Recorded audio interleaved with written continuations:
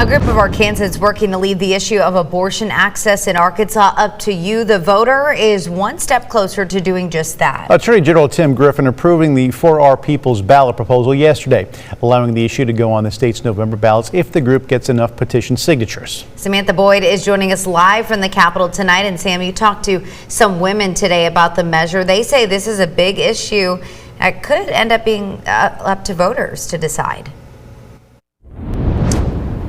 Yeah, Laura, that's right. No matter what side of the issue you're on, everyone I talked to today acknowledged that this is a huge deal for Arkansas voters to potentially be deciding on abortion access rather than legislators.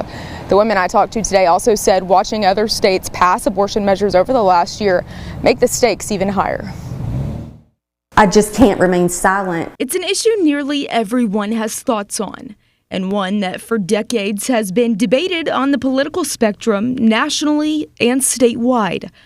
But for Courtney Beck, the issue of abortion access hits extra close to home, and has since she was faced with an unplanned pregnancy at 16 years old. Well, 16-year-old, I went to Little Rock and went before a circuit judge. I was a little kid, walked in the courthouse in downtown Little Rock by myself. Out of panic and desperation, she chose what was known as a judicial bypass, which was legal in Arkansas at the time. He signed some piece of paper, handed it to me, and sent me back down the road to the abortion clinic, and then I went back home. After not telling a soul for 17 years and battling extreme depression, she finally opened up to her husband and then her parents.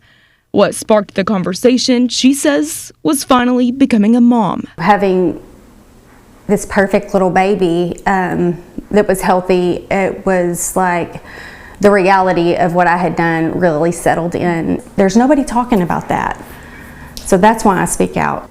Don't waste another day of your life without knowing, one, that God forgives you. But she's not the only one desperately hoping her voice makes a difference, especially following Roe v. Wade being overturned by the U.S. Supreme Court in 2023, allowing states to decide for themselves now. We have to actually fight harder, stronger, and longer for the things to make sure that we codify in law the rights and privileges of being born a woman in this country. Like Beck, this is also a personal issue for Judson Scanlon, though she's on the other side of the fight. I did actually have to make this decision, rightly or wrongly, for myself.